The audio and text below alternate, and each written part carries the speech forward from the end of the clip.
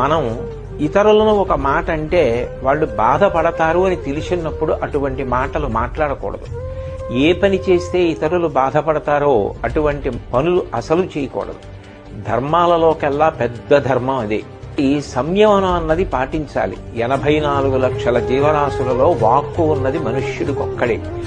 ఆ మనుష్యుడు తన వాక్కుని 10 మంది శాంతి కోసం, సంతోషం కోసం వాడాలి తప్ప ఇతరుల మనసులు గాయపడడానికి మాటని మనం ఇతరులను ఒక మాట అంటే వాళ్ళు బాధపడతారు అని తెలిసినప్పుడు అటువంటి మాటలు మాట్లాడకూడదు.